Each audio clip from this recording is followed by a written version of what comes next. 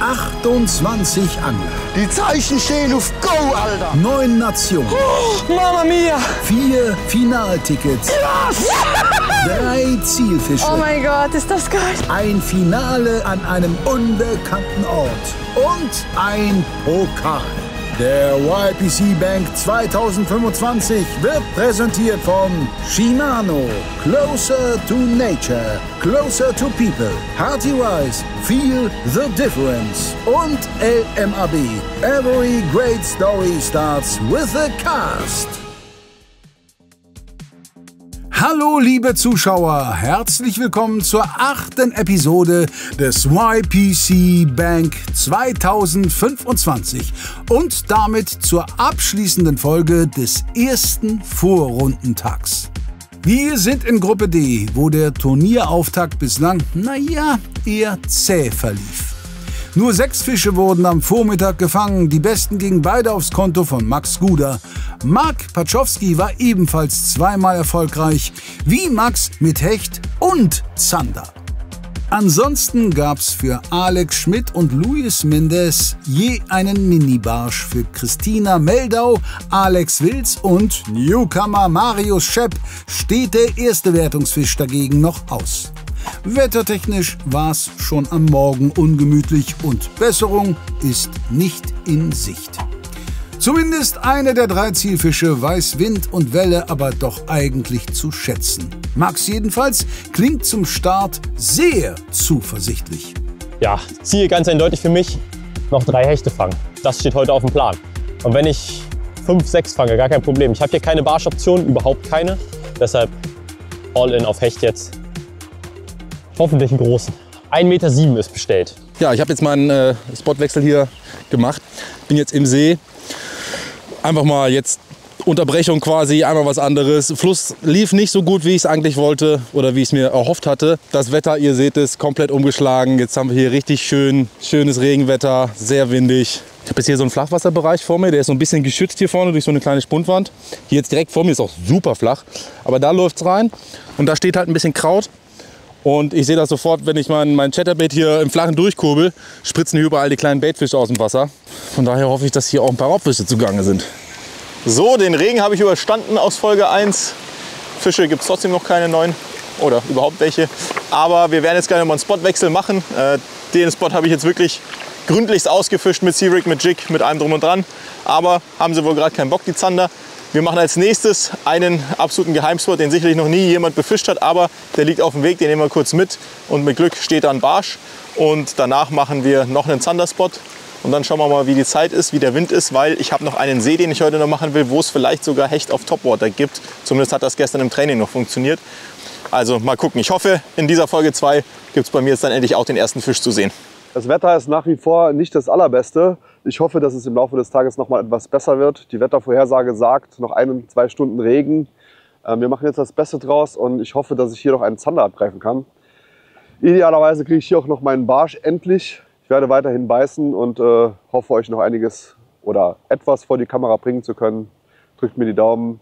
Ich mache jetzt weiter. Also wir sind jetzt beim nächsten Spot angelangt. Wir sind noch ganz knapp in Zone 4. Ich darf unter der Brücke angeln und dann gehen rechts.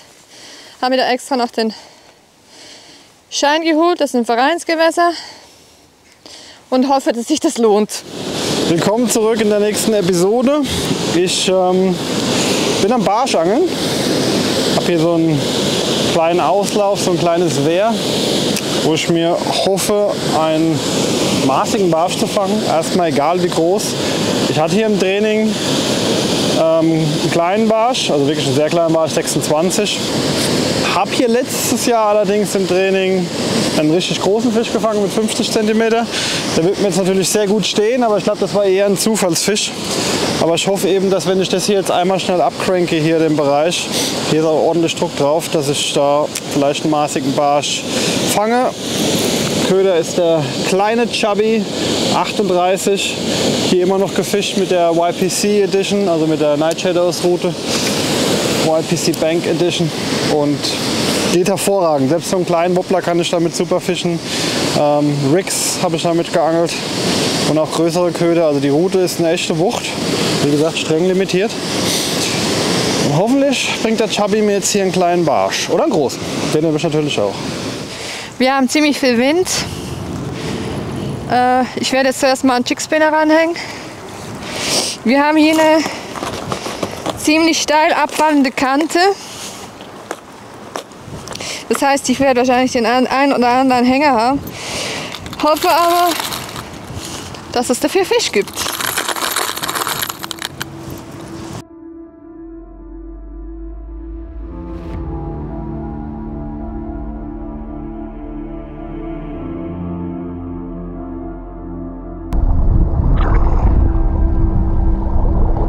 Oh, oh no! Oh, missed it. He missed it. Oh, there it is. Oh, Follower, Follower, Follower. Komm schon, komm schon, komm schon. Der kommt nochmal. Den hole ich mir jetzt ab. Schön langsam jerken jetzt, ganz, ganz wichtig. Er ist voll dran vorbeigeflogen am Köder. Oh, oh, missed it again. Nein, er hat wieder verfehlt. Oh, was stimmt denn mit dem Hecht nicht?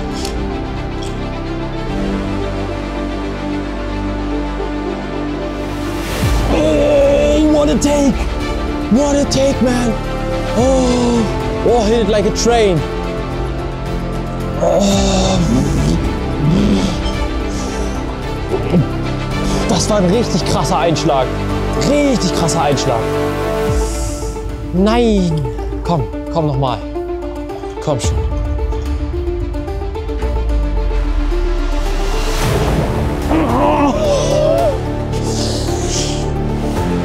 Oh, was ein Biss. Was ein harter Biss. Was stimmt hier heute nicht? Oh. Oh. Oh. Nein. Nein. Hechte überall. Und ich fange sie nicht. Oh, so ein harter Biss.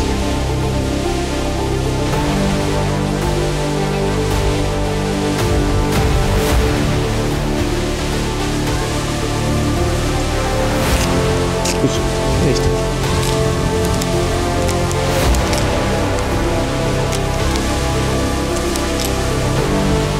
Jetzt habe ich nicht drauf. Hier. Natürlich ist eine leichte Kombo hier. Perfekt. Geh mal hier schnell von den Bäumen weg, dass ich ein bisschen mehr Platz habe. Oh, das scheint auch ein guter Fisch zu sein. Kleinigkeitchen. ML-Route natürlich. Oh, da muss ich mich mal frei machen hier. Mal schauen, was da kommt. Ach, das ist doch nicht wahr. Das ist doch nicht wahr. Fuck. Das ist ein Rapfen. Also ich meine, ne, Drill ist gut, kannst du nichts sagen, aber schöner Fisch kann ich halt leider nicht gebrauchen. Ein Hecht wäre mir natürlich lieber. Sieht aus wie so ein Hybrid irgendwie.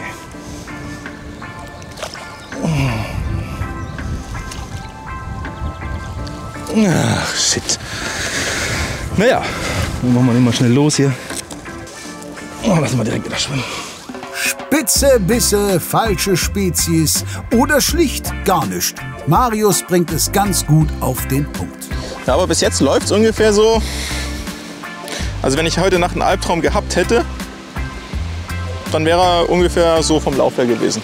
Ein bisschen Spaß muss trotzdem sein.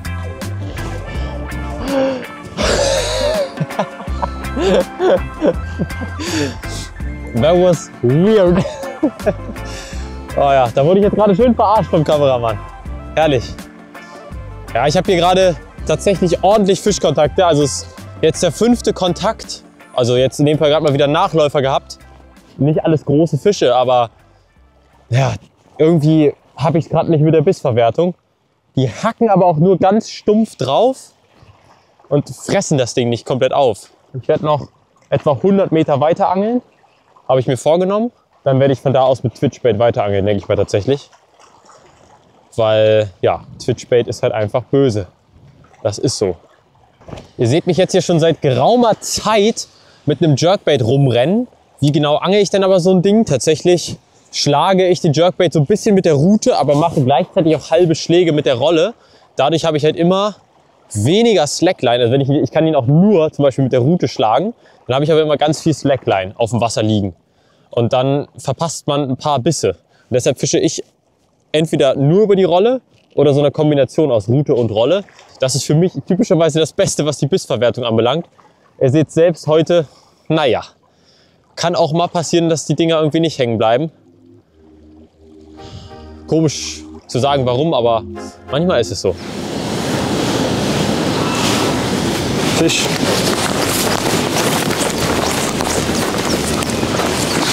Nee, die Köcher geht nicht auf. Yes! Der hat 22. Das wird eng. Doch, der hat's, glaube ich. Puh. Der Moment der Wahrheit, Leute. Vielleicht hat er 22. Hey, bleib. Oh, Junge. 25,5.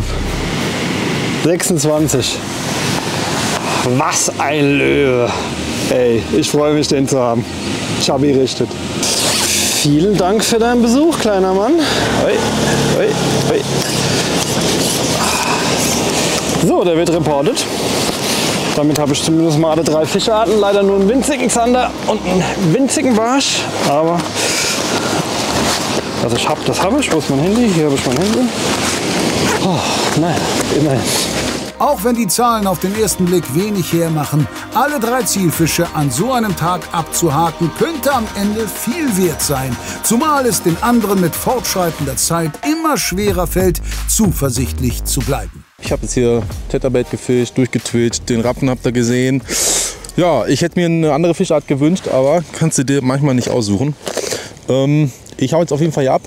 Ich habe noch in dieser Zone eine Hechtoption. Da werde ich mich so langsam auf den Weg machen. Auf dem Weg dahin aber noch 1, 2 Spots an der Maas mitnehmen.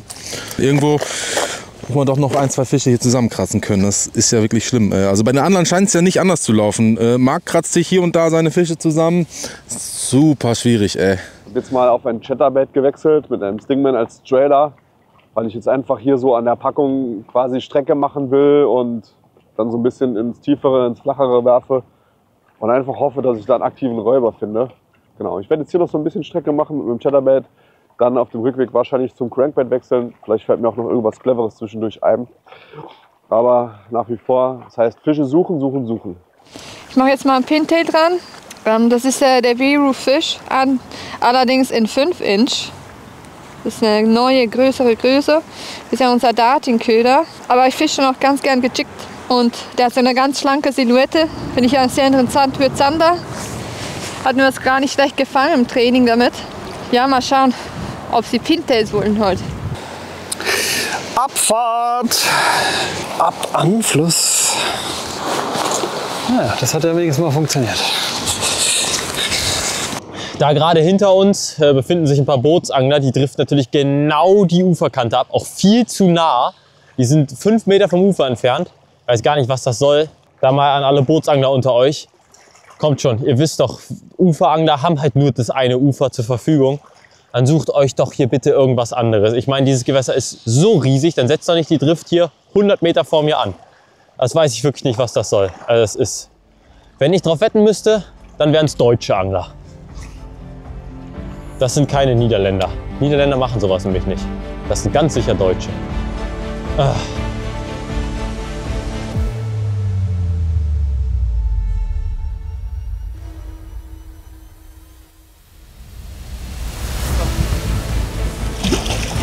Richtig großer Hecht. Richtig großer Hecht.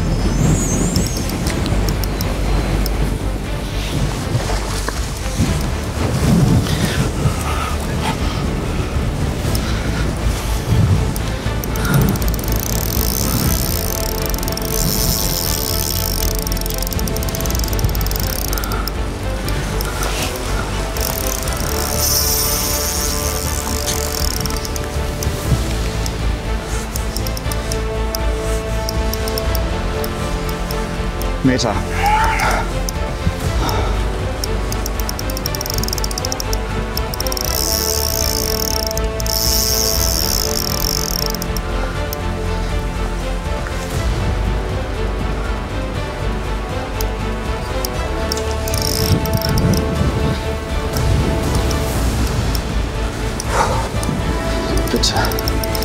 bitte.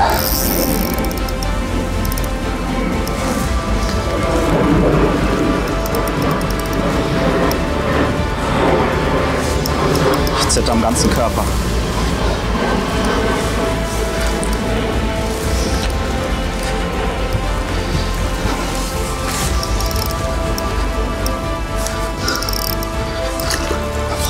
Das ist ein Meterfisch.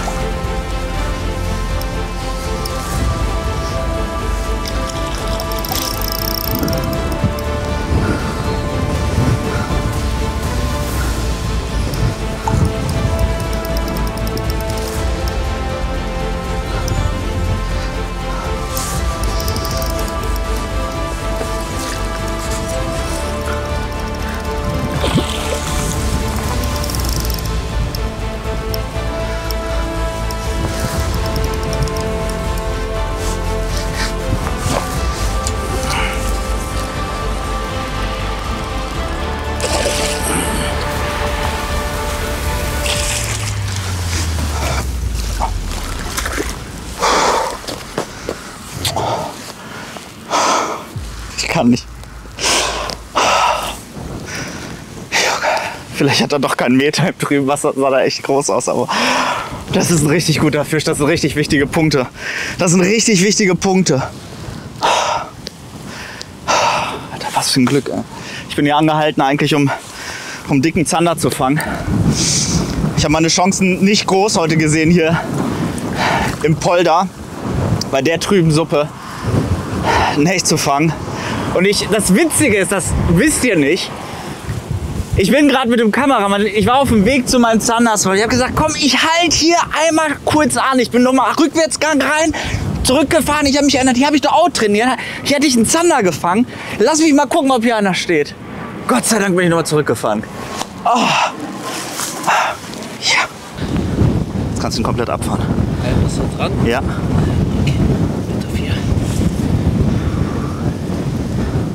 Nach dem 22er Barsch, den ich mit einem Smiley in die Gruppe geschickt habe, werde ich mich gleich erstmal bei den Jungs melden. Was für ein Fisch, was für ein aufregender Drill vor allem.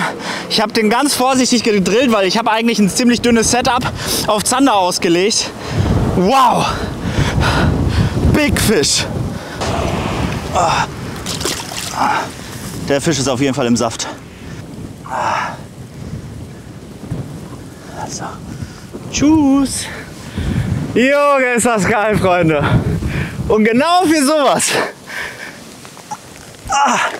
bin ich immer vorbereitet.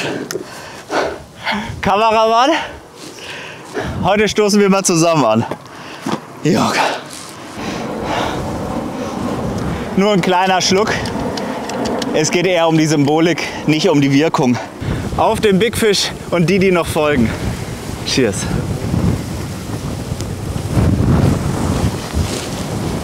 Und den fotografiere ich jetzt und schicke den erstmal in die WhatsApp-Gruppe für die anderen Teilnehmer. So, Foto. So, dann werden die anderen jetzt erstmal kurz geärgert. In 2 Minuten löse ich auf. So, Freunde, das war jetzt der Übeltäter. Der Fat Louis, 9 cm mit einem 2.0 Monkey Hook, wo ich noch mal ein bisschen Blei abgenommen habe, dass wir ungefähr so beim Gramm liegen. und den habe ich schön langsam eingekurbelt. Und das war's. Das war die ganze Magie. Und auch der Hecht steht momentan anscheinend auf etwas kleinere Köder. Und das freut mich sehr. Perfekt. Aus dem Nichts. Der größte Fisch des bisherigen Turniers. Die Konkurrenz weiß zwar noch nicht wie groß, Marc schwant trotzdem Übles. Während ich wieder mal im Auto sitze zum nächsten Spot, hat Louis gerade seinen Big Fish Flachmann gepostet. Was ja normalerweise heißt, er hat einen richtig stabilen Fisch gefangen. Hat ihn aber noch nicht, also er hat noch keinen Fischreport, er hat erstmal nur den Flachmann geschickt. Das dauert jetzt noch schon seit 2-3 Minuten, also er hat nichts nachgeschickt. Deswegen hoffe ich, dass Louis Frust aufmacht, weil es so schlecht läuft und er keinen großen Fisch gefangen hat. Aber in der Regel kommt er nur raus, wenn er einen großen Fisch gefangen hat. Deswegen gehe ich davon aus, dass er den gleich noch nachschiebt. Und wir fahren jetzt an den Fluss und angeln auf Barsch und Zander. Also ich versuche natürlich jetzt die ganze Zeit weiterhin einen großen Barsch zu fangen, aber da hatte ich teilweise richtig gute Zander als Beifang. Deswegen, wir fahren jetzt noch an 2 Flussstrecken. Also ich hoffe, dass ich das zeitlich mal hinkriege und kleppern da noch ein bisschen Powerfishing-mäßig das Ufer ab und hoffen, dass ich da noch 1-2 stabile Fische reinhänge und die dann auch im Kescher landen. Na, herzlichen Glückwunsch. Den hätte ich auch gerne. Petri Louis auf jeden Fall. 1,4 Meter. Das ist genau der, den wir auch haben wollen. Bin sehr gespannt zu sehen, worauf Louis den großen Hecht gefangen hat. Wahrscheinlich bei Louis irgendwie gejiggt. Kann gut sein, er wird wahrscheinlich an der tieferen Kante irgendwo sein. Sehr geiler Fisch auf jeden Fall. Krass. 1,4 Meter ist das, was ich vorhin dran hatte. Habe ich ja gerade gesagt. Nee, Spaß, es ist stark, ja.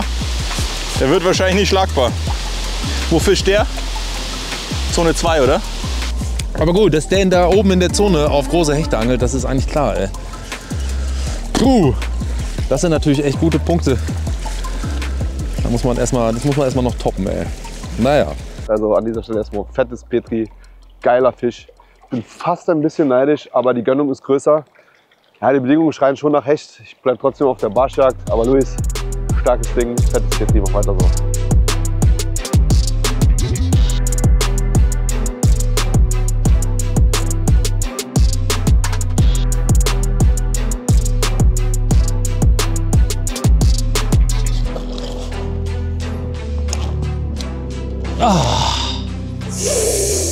Das war ein 85er Fisch. Oh nein! Der hat den Köder einfach nicht getroffen. Auch wenn keiner hängen bleibt, bleibt Max noch recht gelassen. Christina wiederum gerät langsam ins Grübeln. Ein Jahr ohne Fisch wird mir ja noch verziehen, aber jetzt gleich wieder so zu starten, ist natürlich schon nicht so geil. So, also, wir haben jetzt noch 2 Stunden zu fischen. Ich habe mich jetzt dagegen entschieden, den Spot zu wechseln, weil ich keine Zeit mit dem Auto verlieren will. Und werde jetzt auch nicht mehr viel Köderwechsel machen. Ich möchte jetzt diese Strecke hier abgehen. Da hat es Steinpackungen, da hat es Grasfelder. Da sollten theoretisch Fische stehen. Und werde jetzt mit Chatterbait fischen in verschiedenen Dekoren. Werde auch nicht mehr viel jetzt ändern. Und das halt jetzt hier möglichst gut abfischen und hoffe, dass ich jetzt noch einen guten Fisch ans Band kriege. Jo.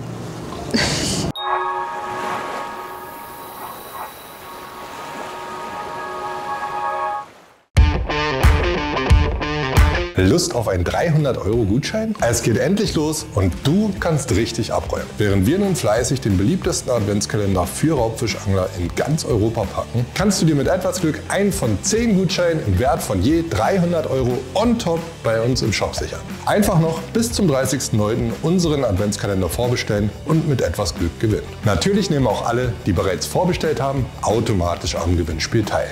Jetzt zugreifen, bevor du am Ende leer ausgehst und nur auf Hecht und Barsch.de.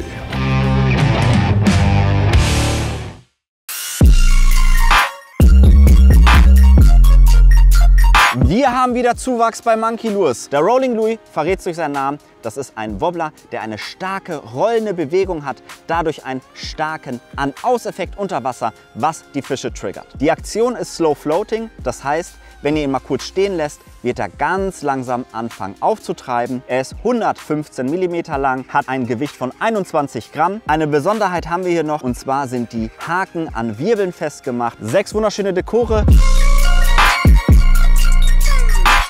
Der erste Wobbler von Monkey Lures, ab sofort im Handel, der Rolling Louie 115, checkt ihn aus. Du interessierst dich für die gefischten Produkte aus dem YouTube Predator Cup und möchtest sie im Angelladen in die Hand nehmen?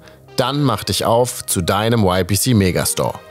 Im oberfränkischen Baunach, nördlich von Bamberg, findest du seit 35 Jahren KL Angelsport. Durch stetiges Wachstum hat KL mittlerweile sage und schreibe 10.000 Quadratmeter Betriebsfläche für über 30.000 Produkte. Ursprünglich aus dem Karpfenbereich kommt, gehört KL auch im Bereich Raubfisch mittlerweile zu den absoluten Top-Adressen der Republik und hat mit der Bunahu Fishing Show die letzten Jahre ein Event am Wasser ins Leben gerufen, das Besucher aus ganz Deutschland anlockt. Ohne Verkaufsdruck kann man hier zusammen mit bekannten Anglern am Wasser stehen und Tackle der verschiedenen Hersteller Probefischen. Doch auch im Geschäft selbst stehen dir die freundlichen und kompetenten Mitarbeiter stets mit Rat und Tat zur Seite, damit du genau das Tackle bekommst, das du brauchst, um an deinem Gewässer erfolgreich zu sein. Komm vorbei, Bernd und sein Team freuen sich auf dich. Eine Übersicht über alle YPC Megastores findest du auf lmab.de/megastores.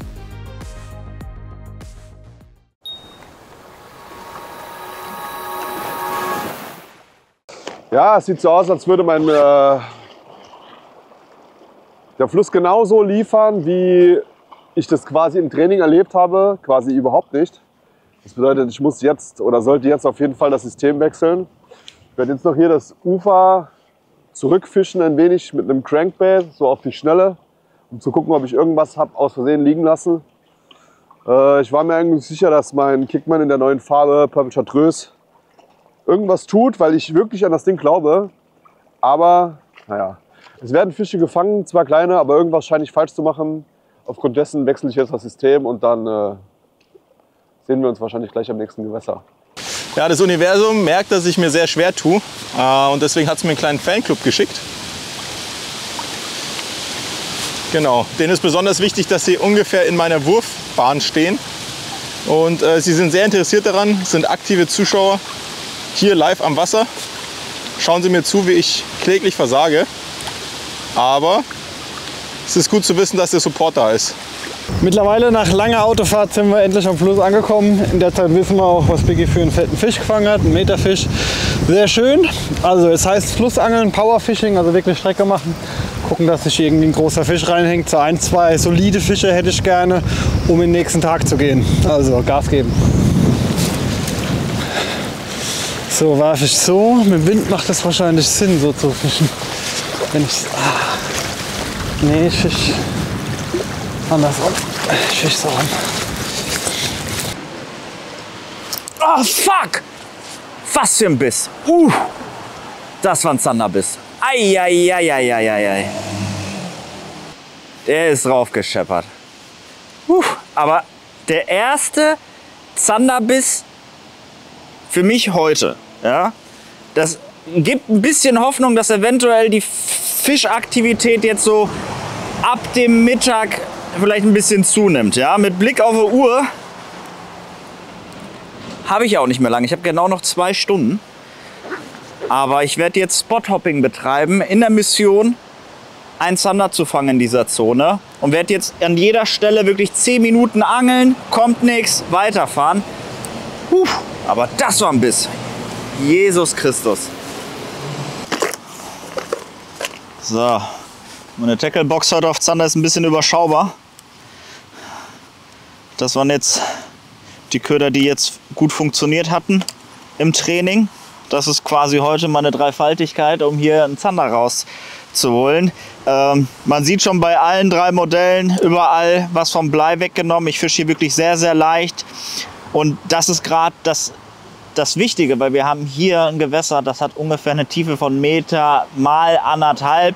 Es gibt auch mal hier und da einen Spot mit 2 Metern, aber mit wenig Gewicht, langsam präsentierten Ködern kann man an solchen Tagen, wo die Fischaktivität nicht ganz so groß ist, trotzdem noch die Fische davon überzeugen, zuzubeißen. Dadurch, dass man so langsam über dem Boden monoton den Köder einkurbelt, kommen die wirklich langsam hinterher, schauen sich den Köder an und sind neugierig. Wird man da jetzt mit einem schnell geführten Jigkopf, ich sage jetzt mal, das beliebteste Gewicht ist 10 Gramm. Das benutzen viele Angler auch an nicht so tiefen Gewässern und angeln dadurch viel zu schnell. Natürlich hat man guten Grundkontakt, aber wenn der Zander sehr inaktiv ist und auf einmal den Köder wie ein Blitz vor sich absinken sieht und der dann wieder gestartet wird mit 2 Kurbelumdrehungen, das ist viel zu schnell und das funktioniert, ich sage jetzt mal, nur gut bei Tieren, die am Suchen sind, die fressen wollen.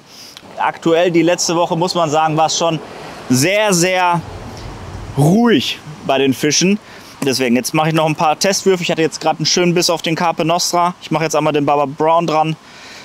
3, 4 Würfe. Ziehe die an der perfekten Bahn hier über die Muscheln. Und dann kommt nochmal der Midnight Storm dran und dann fahren wir schon zur nächsten Stelle. Yes! Yes, yes, yes!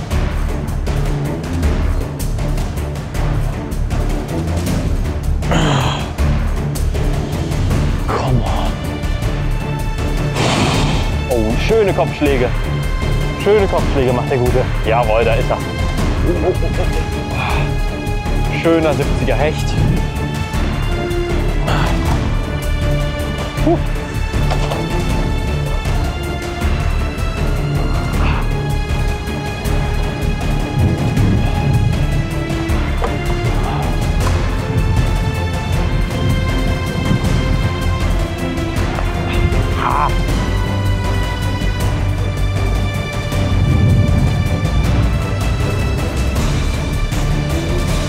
Super, super spitz gehakt, der Hecht.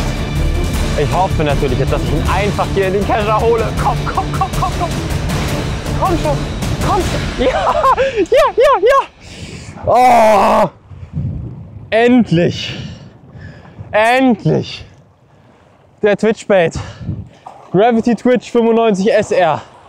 Der hat schon so viele Hechte gefangen. Oh, das ist so eine Erleichterung gerade.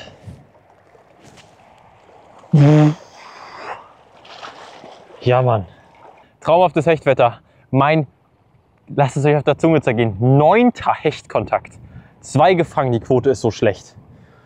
Die beißen so spitz, aber ich hab ihn. Und das ist das Wichtige. Und ich krieg die Karte noch voll mit den Hechten. Klar fehlt mir dann noch der Barsch, aber der ist dann einfach was für die nächsten Tage. 82? Ja, 82. 82 cm. Das passt doch, würde ich sagen, gut zu meinem Board, oder? Das ist wirklich eine Erleichterung. Es wird einfach nicht gut gefangen. Die Hechte, oder nicht nur die Hechte, die Fische beißen einfach nicht gut. Deshalb, das ist ein ganz wichtiger Kollege. Danke, danke, danke, mein Lieber. 82 cm Hecht. Wunderschönes Exemplar, auf das ihr ihn auch demnächst mal wieder fangen dürft. Mach's gut, mein Schöner. Oh, was eine Erleichterung. Ich mag Hechtangeln so sehr, aber heute ist schon wirklich ganz krass, wie spitz die beißen und so ganz vorsichtig. Aber hier ist er noch im Netz. Der Gravity Twitch 95 SR. Egal ob MR oder SR, ich liebe sie beide total. Auch die neuen DRs sind natürlich super, aber ja, der Köder hier, oh Gott, den muss ich jetzt erstmal rausfriemeln. Der kann was. Richtig geil. Mit etwas Anlaufzeit zwar, aber das ist doch in der Tat ein Exemplar, das sich bestens auf Max' Board einfügt. Erneute Führung für den einen Youngster. Der andere schaut weiterhin in die Röhre. Ich kann es echt nicht warm, dass hier kein Fisch beißt. Natürlich wollen sie wohl nicht. Ich probiere noch mal was Aggressives. Fire Goby die Farbe auf dem 10er Goby. Ich bin etwas ratlos aktuell, woran es liegt. Während ich hier weiter kraxel und versuche nicht zu sterben auf den Steinen. Aber man muss halt auch dazu sagen, es sind ja heute so ein paar Angler am Wasser. Und so richtig gut Zander wurde grundsätzlich nicht gefangen. Keine Ahnung, ob ich der Einzige an dem Flusssystem hier bin. Ich bezweifle stark. Aber die scheinen heute einfach nicht so Bock zu haben. Ich meine, Wetter ist aktuell auch recht komisch. Also es wird morgen und übermorgen extrem heiß. Heute ist so wechselhaft. Vielleicht passt ihnen das nicht, aber auch das ist eigentlich eine billige Ausrede. Also ich weiß nicht ganz, woran es liegt. Wenn ich es wüsste, würde ich es ändern. Aber naja, durchziehen und vielleicht bringt der Gewässerwechsel dann in einer halben Stunde ja Erfolg.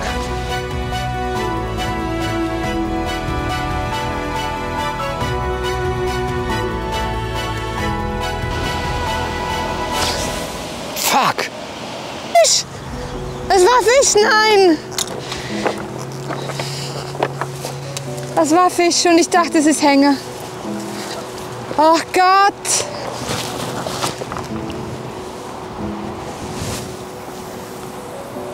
Beim Raufkurmeln, ich glaube, ich spinne echt. Ey.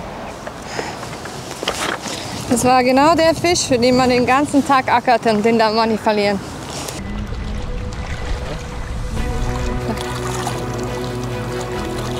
Ich weiß nicht, ob das ein Fisch ist oder ist das Fisch oder Gras. Doch, es ist ein Fisch. Es ist ein Fisch.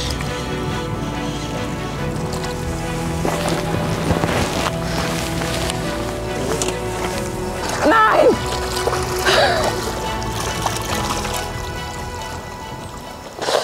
Okay. Okay.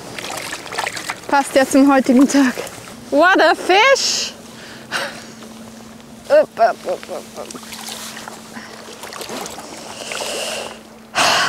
Ich glaube, ich spinne. Das war auch nichts hier. Ab zum letzten Platz für heute. Ich versuche jetzt hier nochmal mit einem Twitch-Bait, mit dem Floater Elite 85. Der kam auch erst kürzlich auf den Markt. Genau, aber auch in einem wirklich knalligen Dekor. Habe da hinten noch einen UV-Haken drauf gepackt.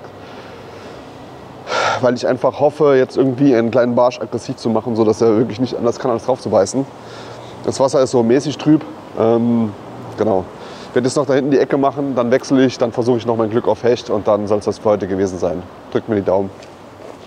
Ja, wie man sieht, Szenenwechsel. Ich bin jetzt hier losgezogen, Hechtangeln. Mit dieser Flussangelei, das war ja irgendwie gar nichts. Das ist jetzt hier mein letzter Spot. Mir hier so einen Polder rausgesucht. Da habe ich auf jeden Fall ein bisschen Fläche, was ich hier beangeln kann. Ich prügel hier jetzt direkt einen 7,5er Wobblechat durch und guck mal, ob hier irgendwo ein schöner Hecht rumsteht. So, Friends. Mein jüngstes Stündlein hat geschlagen. Jetzt zählt's. Ich war hier an diesem See gestern, habe de facto genau hinter mir eine richtig gute Stelle für Hecht gefunden. Hatte, glaube ich habe ohne Haken gefischt, 3, 4, 5 Kontakte. 2 davon waren auf Topwater. Das heißt, ich werde jetzt versuchen, meinen ersten Fisch ever im YPC gleich auf Topwater zu fangen. An sich schon eine völlig dumme Sache, aber Bedingungen könnten gut passen. Wenn das nicht klappt, versuche ich mit der Hechtroute und Swim oder Swimtail einen zu fangen. Und wenn das klappt oder nicht klappt, versuche ich noch ein bisschen zu twitchen. Ich habe noch eine Stunde Zeit. Ich sage auch noch eine Sache dazu. Ich habe noch nie in meinem Leben einen Hecht auf Topwater gefangen. Also, ja, was soll schief gehen? Ob's das Geständnis gebraucht hätte? Wir drücken die Daumen. Marc hat zum Abschluss was anderes vor. Also mit Hecht rechne ich hier überhaupt nicht, aber ich hoffe hier, dass eben ein stabiler Zander oder ein großer Barsch noch kommt. Im Moment angel ich noch mit einem Gummifisch, aber ich werde mir jetzt gleich wahrscheinlich einen Belated Chick oder irgendwas draufschnallen und hier die Steinpackung entlang laufen und Powerfischen machen. Ich habe mir hier übrigens so eine kleine, ich nenne es mal die Panikbox gepackt.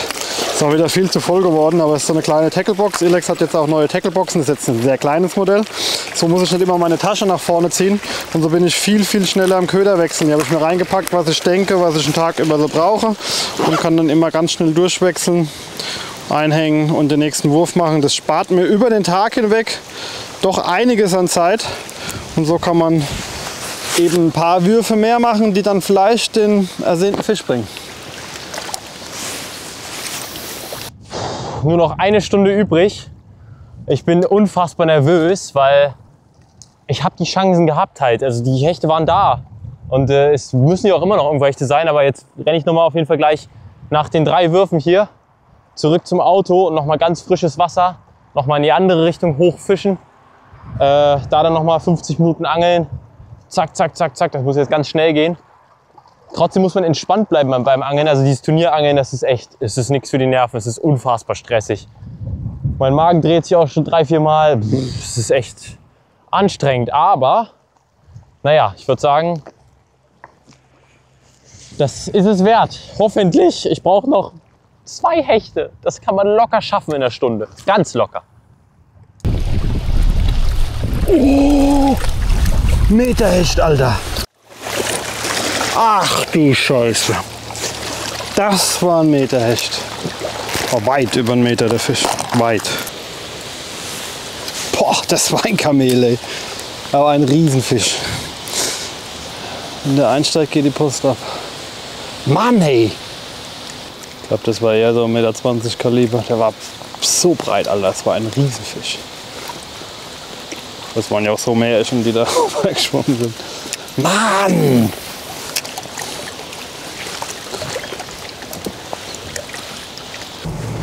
Freunde, es gab wieder einen großen High-Risk-Move. Ich habe mich gerade ins Auto gesetzt, bevor die letzte Stunde angebrochen ist und habe echt überlegt, was mache ich denn heute hier noch? Wo will ich die letzte Stunde fischen? Soll ich noch weiter den Plan durchziehen, auf Zander zu angeln? Ich hatte einen richtig geilen Biss, das war 100%ig ein Zander. Der könnte jetzt noch kommen, aber vielleicht auch nicht. Da war ich mir jetzt so unsicher, dass ich jetzt in Kauf genommen habe, mich eine halbe Stunde noch mal ins Auto zu setzen und ich bin wieder in Amsterdam. Ihr wisst ganz genau, was ich beim Streetfischen für eine Maschine bin in der Vergangenheit. Das hat oft schon nicht funktioniert, aber trotzdem habe ich nicht aus meinen Fehlern gelernt und habe das Selbstvertrauen, hier noch ein paar Fische zu fangen. 30 Minuten habe ich noch Zeit. Es können kleine Zander kommen mit Maß. Es können aber auch ein paar Barsche kommen. Ich sage jetzt mal 30 bis 35 Zentimeter Barsche. 40er hat heute keiner gefangen. Aber es wird mir einfach gut tun, vielleicht dann noch mal so einen kleinen Schwung hoffentlich an ein paar Fischen in die WhatsApp-Gruppe zu schicken. Also, ich bin gleich da und dann geht's ab. Zumindest bei den Parkgebühren ist Luis auf jeden Fall Spitzenreiter. Rapala Alex greift derweil nach dem letzten Strohhalm. So, wir sind jetzt an unserem letzten Gewässer angekommen. Versuch's jetzt noch einmal auf Hecht. Wie man sehen kann, im Hintergrund viele Seerosen, kleines Becken, bisschen braunes Wasser. Das heißt, ich nehme hier so einen orangen Jerkbait. Das ist ein neues Dekor vom Super Shadow Rap 11 an meiner Threaded Fishing Omen Black. Und hoffentlich kommt jetzt noch der erlösende Fisch, dass keine Nullnummer draus wird. Bitte drückt mir die Daumen. Auf geht's. Ich habe jetzt den Versa Pintail an einem Chatterbait montiert und werfe jetzt quasi hinter die Grasbank, weil ich hatte vorhin den Biss kann man es nicht nennen, der war plötzlich dran. Wirklich beim Raufkurbeln und ich denke schon, dass die Fische hier direkt bei den Kraufbänken stehen. Das ist einfach eine bisschen mühsame Angelei, weil man halt sehr viel Hänge hat. Mit Gummifisch draußen war jetzt eigentlich gar nichts. Also ich denke schon, dass die Fische gar nicht so weit draußen stehen. Und ich muss mit dem Gummifisch einfach zu weit draußen wieder raufkurbeln,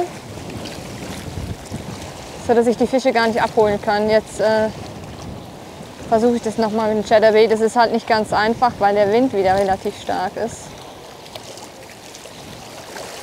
Und den quasi hinten absinken lassen und dann langsam einleiern. Vielleicht kommt der noch mal. So, letzte halbe Stunde. Ich bin mit meinem Anglerlatein am Ende. Der Ostwind, das ist das Problem. Nee, ich habe keine Ahnung. Ja, wie gesagt, ich denke, ich werde jetzt hier twitchen. Kann ich immer einen Hecht mitfangen und kann hier auch einen Barsch mitfangen. Gestern hatte ich auf den 10. Wurf einen Barsch.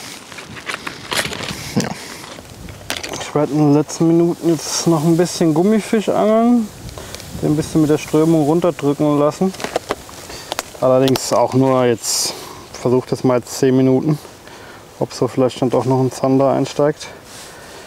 Mann, der Hecht hätte mir eben echt gut gestanden, muss ich sagen. Das war echt ein stabiler Fisch. Naja, wir hoffen auf die letzten Minuten. Angeln ist Angeln, da kann viel passieren. Heute passiert nicht ganz so viel, nicht nur bei mir, bei allen. Ein schwieriger Tag bis jetzt.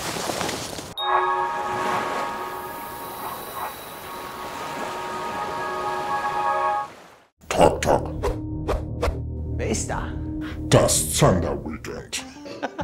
Über 3700 Artikel speziell für die launischen Stachelritter. Zum Zander Weekend mit 20% Rabatt. Einfach auf den Link in der Videobeschreibung klicken, Wunschprodukte auswählen und im Warenkorb den Code ROCKTHETALK eingeben. Nur vom 12. bis zum 15.09. und nur auf hechtundbarsch.de.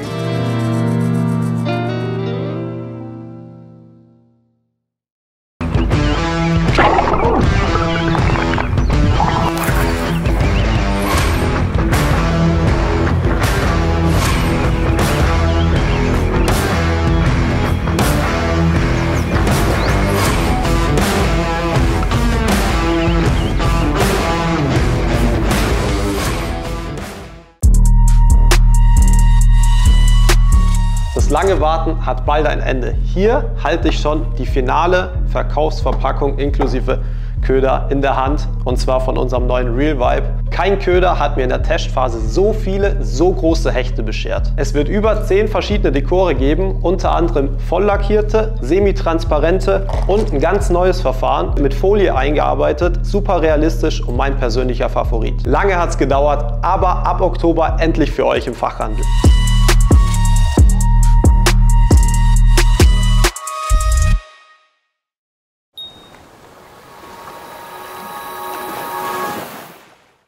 Warum genau angel ich gerade eigentlich mit einer 2,40 Meter Route mit 56 Gramm Wurfgewicht? Das ist ja irgendwie ein untypisches Twitch-Gerät. Das ist richtig, aber ich will einfach ein bisschen mehr Rückgrat haben für die sommerlichen Hechte. Die sind doch schon sehr spritzig. Und wenn die hier gerade auch hier vorne in die Steine irgendwie gehen, ich muss die davon weghalten können. Und deshalb auch hier mit 12 Kilogramm Schnur und so weiter und so fort. Aber der Vorteil ist, mein Köder, also der Gravity Twitch, der kann das problemlos ab. Der kann das auch ab, mit dickem Hartmono gefischt zu werden. Es ist ein sehr unkomplizierter Köder und vor allen Dingen ist es halt auch ein Köder, der sehr, sehr günstig ist. Und für diesen Preis ist es ein wahnsinnig guter Twitch-Bait. Also ich kenne keinen in dieser Preiskategorie, der so gut funktioniert. Also absolute Empfehlung, fängt alles Hecht, Barsch, Zander, richtig gut.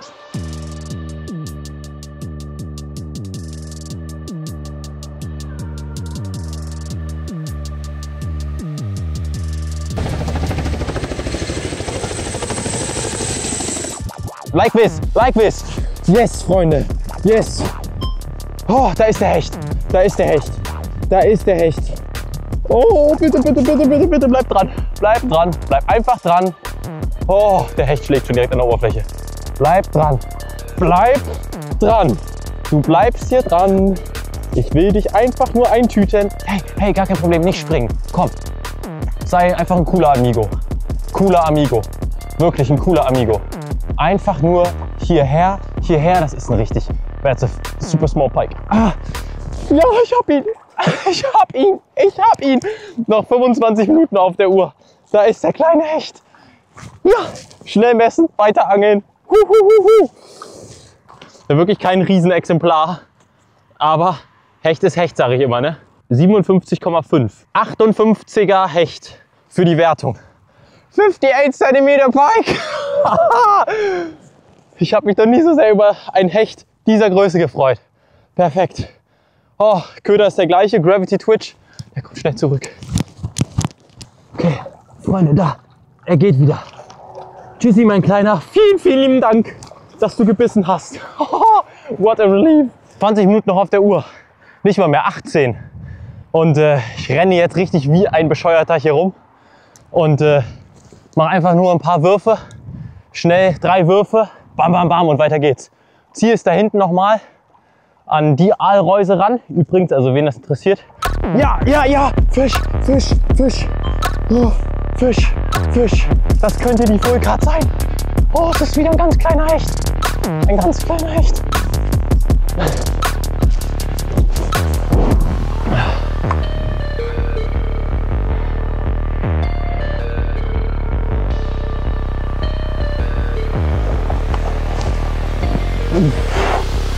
Oh, almost messed it up. Ja! Ja! Ja! Sorry für die ganzen Emotionen, aber da ist das Ding. Da ist das Ding. 60er Hecht. Ja! Ja! Okay. Freunde, der Hecht liegt auf dem Scoreboard. 61, es wird approved. Yep. 61 cm Hecht. Oh, super gut. Noch 14 Minuten auf der Uhr. Ich habe noch einen 1,7 Meter bestellt. Der wartet noch auf mich. Und der hier kommt schnell zurück. Okay. Mach's gut, mein Kleiner. Danke, danke, danke. Danke, dass du gebissen hast. Oh. Juhu. Weiter geht's. Juhu. Leute, an der Stelle mal ganz herzlichen Dank an die Leute hinter der Kamera, die hier mitrennen wie die Bekloppten. Sepp, man, you're the best. Sepp filmt aus dem Sauerstoffzelt, denn Max dreht zum Schluss noch einmal auf. Und auch wenn es nur 2 halbstarke Hechte waren, die müssen die anderen bei diesen Bedingungen erst einmal fangen. An Tag 1 bleiben dafür noch ein paar Minuten. Passiert noch was? Max rasiert jetzt noch die Hechte weg da, oder was? Last minute. Oh, dann 45. Oh je. Yeah. It was there.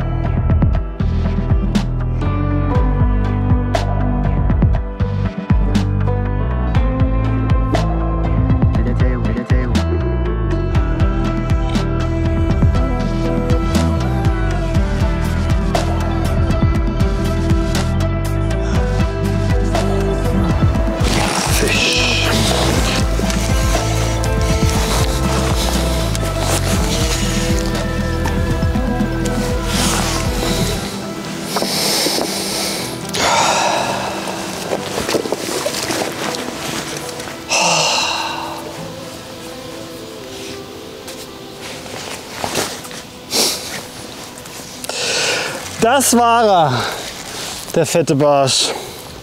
Hauptschnur ist durch, also boah, das war ein richtig großer Barsch. Das war ein richtig großer Barsch, Leute. Mann, da vorne ist eine Steinkante mit Muscheln, hat er sich festgesetzt und ist somit abgerissen. Oh Mann, ey, wie viel Pech kann man denn haben? Naja, ich bin jetzt nicht neu, ich nehme die Route, die ich habe. Und weiter geht's. Oh, ist das ärgerlich. Oh, Mann.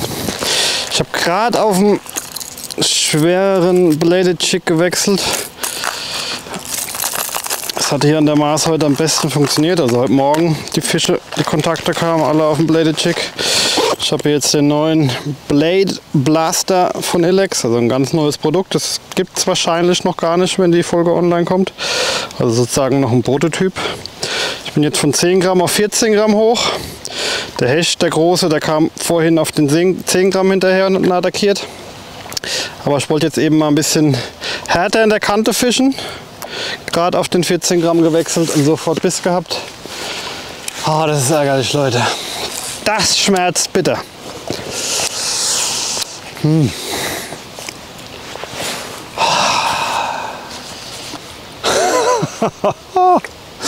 Oh Gott. Zum Glück kann ich nur lachen. Letzte Minute ist angelaufen. Boah, was ein Tag, ey. Was ein Tag. Das ist auf jeden Fall so ein Angeltag, den vergisst man einfach und redet nie wieder drüber. Echt ätzend. Und so wie das aussieht, ging das den meisten anderen auch so. Das war's wohl. Der Wecker klingelt. Zeit ist zu Ende. Dass es eine Nullnummer wird, hätte ich nicht gedacht. Sehr schade mit dem Biss am Morgen, dass es daraus nichts wurde. Im Ende spiegelt es so ein bisschen das Training wider, aber ja, ich habe jetzt gesehen, dass in der Gruppe ein paar Fische gefangen worden sind. Es ist jetzt nicht die totale Eskalation dabei gewesen, wobei Max jetzt in den letzten Minuten noch ein bisschen was rauszaubern konnte. Ja, keine Ahnung. Auf jeden Fall nutzt jetzt nichts, dem Trauerspiel hinterher zu weinen. Das heißt, ich habe noch einen zweiten Tag, da muss ich alles rausholen. Erhöht natürlich ein bisschen den Druck, aber am Ende gibt es noch eine zweite Halbzeit. Von daher sehe ich das Ganze tatsächlich noch ein bisschen optimistisch. Die Zone 2 hat mir tatsächlich auch in der Vorbereitung etwas besser gelegen. Von daher ja, sehen wir uns dann in der nächsten Episode hoffentlich mit Fisch. Ich bin raus, Alex. So, Feierabend ist. Der wirklich erdenklich schlechteste Case, den ich mir in meinem Kopf für meinen ersten Wettkampf bzw. YPC-Tag gemacht habe, ist eingetreten. Woran es liegt, weiß ich nicht so genau. Also irgendwas hat heute nicht gepasst. Ich weiß nicht, ob es die Taktik war, ich weiß nicht, ob es einfach die Bedingungen waren. Erstmal Petri an alle aus meiner Gruppe, die heute gefangen haben, Hut ab. Das war keine einfache Leistung. Louis mit dem 106er Hecht, das ist natürlich richtig krass. Das wird auch richtig schwer aufzuholen sein. Aber es gibt noch einen zweiten Tag. Und wie sagt man so schön, it ain't over until the fat lady sings. Also noch ist nichts verloren, aber es wird natürlich richtig schwer. So ist Angeln. Wenn man jeden Tag fangen würde, wäre es auch langweilig. Aber heute hätte ich mich schon sehr gefreut, wenn ich zumindest etwas Glück gehabt hätte. Aber so ist es. Zone 2, ich bin gespannt. Morgen ein Tag Pause und dann übermorgen ist Angriff. Und dann sehen wir uns wieder. Und ja, noch gebe ich nicht auf. Der Tag ist jetzt gerade ein bisschen schwer in Worte zu fassen, weil es extrem frustrierend ist. Es wurden allgemein wenig Fische gefangen, aber diesen einen Fisch, den hätte ich haben müssen. Das war einfach... Solche Fische darf man nicht verlieren im Turnier. Ich glaube, den werde ich noch teuer bezahlen. Große Klappe heute Morgen, 4 Hechte. Der Platz, der war leider nichts. Warum? Keine Ahnung. Vielleicht liegt es an den Feiertagen, vielleicht wollten sie heute einfach nicht. Vielleicht liegt es am Wetter. Ich glaube nicht, dass es an mir liegt, weil das waren ja andere Angler auch da, die haben auch nichts gefangen. Ja, ich greife an Tag 2, ich lasse mich nicht unterkriegen. Ich wollte euch mehr zeigen, das tut mir leid. Nee, ich kämpfe und ich weiß, dass ich es kann und wir haben die richtigen Spots dieses Jahr. Es ist nicht so wie letztes Jahr.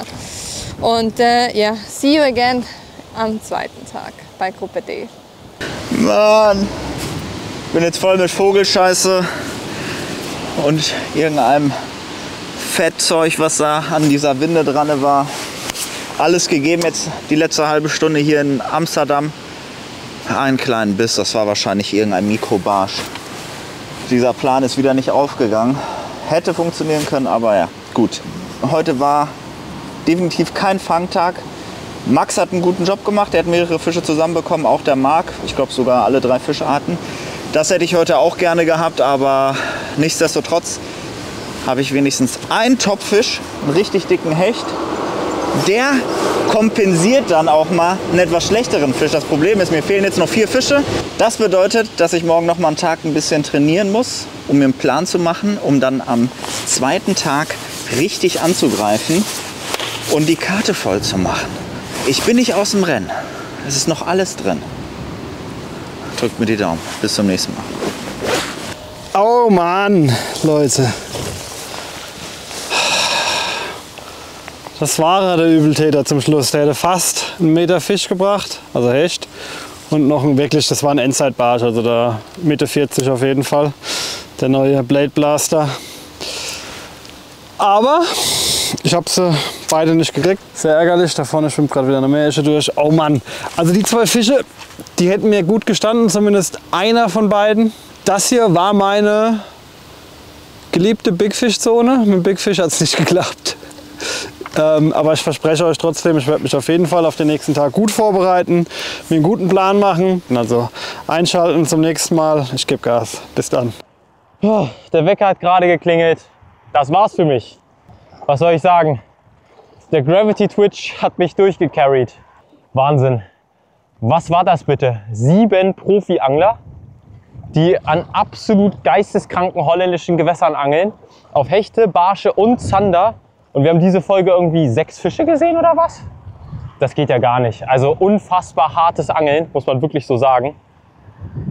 Ich bin mega happy mit meinem Ergebnis. Bis eben wäre ich noch schwer enttäuscht gewesen, weil ich 4 Hechte mir selbst versprochen habe. Ich habe sie jetzt bekommen, auch wenn die beiden letzten echt nicht groß waren. Aber ey, ich habe 5 Fische auf der Karte. Ich muss morgen einen Barsch fangen, übermorgen. So, das war's von mir. Vielen lieben Dank fürs Zuschauen. Und denkt dran, it's a savage world out there. Und ich freue mich drauf, wenn ihr das nächste Mal einschaltet. Und Daumen drücken, nächstes Mal hoffentlich ohne Tape. Ciao.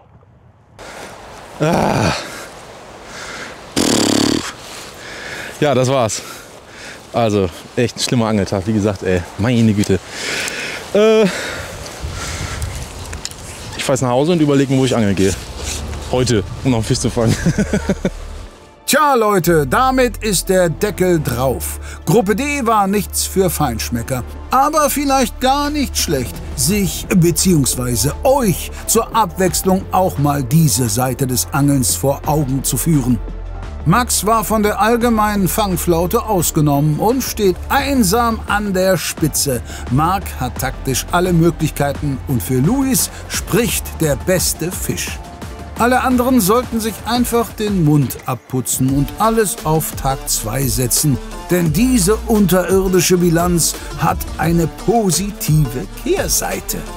In den letzten 8 Angelstunden kann hier jeder und jede das Ganze in eine völlig andere Richtung lenken. Die erste Entscheidung fällt aber woanders, nämlich in Gruppe A. Nächsten Sonntag ab 18 Uhr zeigen wir euch die erste Halbzeit. Bis dahin gilt wie immer, liken, kommentieren, abonnieren und bei hechtundbarsch.de vorbeischauen. Ciao.